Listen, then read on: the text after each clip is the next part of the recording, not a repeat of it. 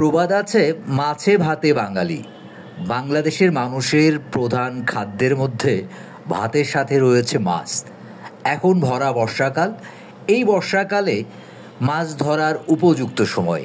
আর মাছ ধরার অন্যতম মাধ্যম হচ্ছে জাল।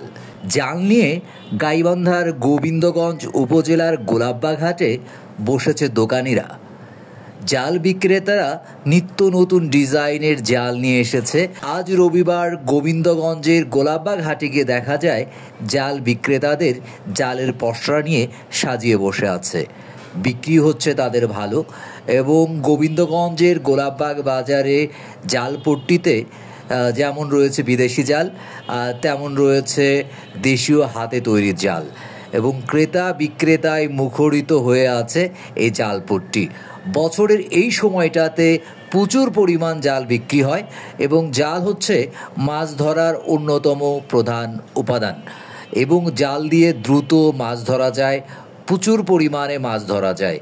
এই চিত্র শুধু গাইবান্ধার গোবিন্দগঞ্জে নয়, গাইবান্ধা জেলাব্যাপী সর্বত্রই রয়েছে এরকম জালের হাট। আজ রবিবার গোলাপবাগ হাটে থেকে এবং এই জাল বিক্রেতার খোঁজ খবর নেওয়ার চেষ্টা করেছে গভীর খবর। এই সময় জালের চাহিদা প্রচুর থাকে এবং এজন্যই আমদানিও হয় জাল এবং অনেক ধরনের জাল এই হাটে পাওয়া যায়। সেজন্য আর মাছ ধরার যেহেতু উপযুক্ত সময় এটা, এই জন্য জালের বিক্রিটা বেশি। ক্রেতারাও তাদের পছন্দ মতো জাল নিতে পারছে গোলাপবাগ হাট থেকে। এছাড়াও যে হাটগুলো রয়েছে, জেলার বিভিন্ন জায়গায় যে হাট রয়েছে, সেখানেও প্রচুর জাল বিক্রি হচ্ছে বলে জানা গেছে।